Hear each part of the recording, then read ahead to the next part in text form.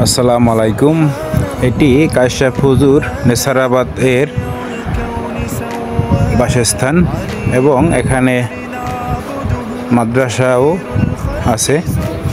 তো দেখতে পাচ্ছেন এটি হলো সামনের ইনফ্রান্ট গেট।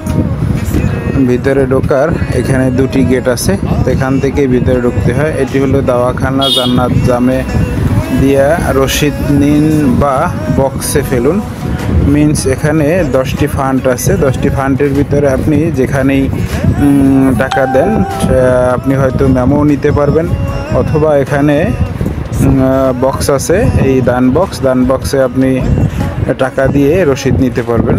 এটি হলো মাঠ, এই মাঠের ভিতরে আপনার আর এটি হলো মসজিদ, এখানেই নামাজ আদায় করা হয়, 5 ওয়াক্ত নামাজ। এটি হলো মিনার।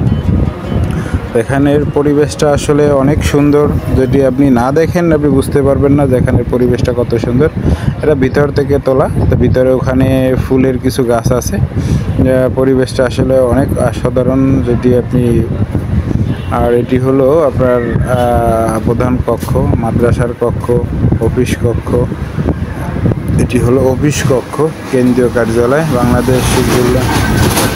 তো এখানে এটি হলো মাদ্রাসার ভবন, 5 তলা 6 তলা একটি ভবন।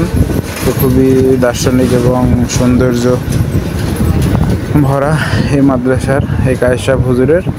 এখানে 10 ফান্ডের কিছু বক্স আছে, আপনি চাইলে এখানে দিতে পারবেন।